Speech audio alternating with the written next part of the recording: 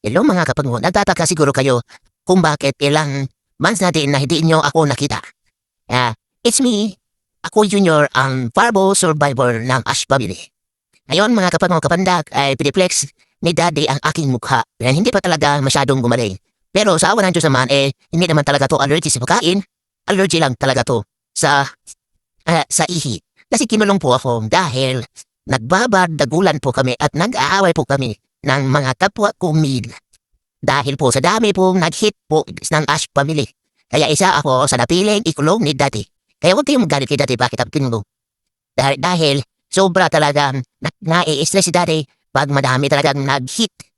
Unag yun kasi nag-away-away po kami mga meal. Ngayon mga kapandag, ako po ay naghahanap din ng another parents. Yung tatanggap sa akin at mamahalin ko. Pero okay na din naman. Huwag hindi po ako makahanap dahil kaya naman po ako pakainin ng Ash Family. Ako po ay isang Ruger at isang pandak na mini Dachshund na black pero lulo ko mga choco na mini Dachshund. Ang mama ko lang talaga ang black. Kaya ako, nagmana ako sa ina.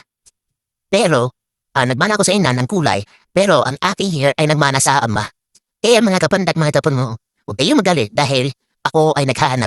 Pero pag hindi ako nakita, pag wala kaming nakita, okay lang naman. Sana po ipag-pray nyo din ako na mabilis maghilom ang aking mga hair. Ang tagal-tagal na din to. Kahit anong gawin na nakainom na po ako ng mga mabisang gamot, ito na po ang pinakalas na ininom ko ang Bravecto. Sana po ay umipikto dahil ito din naman ang binigay ng vet. Kaya mga kapandak, mga kapan mo, i-pray niyo po ako ha. Maraming salamat. Hanggang dito lang. Bye-bye!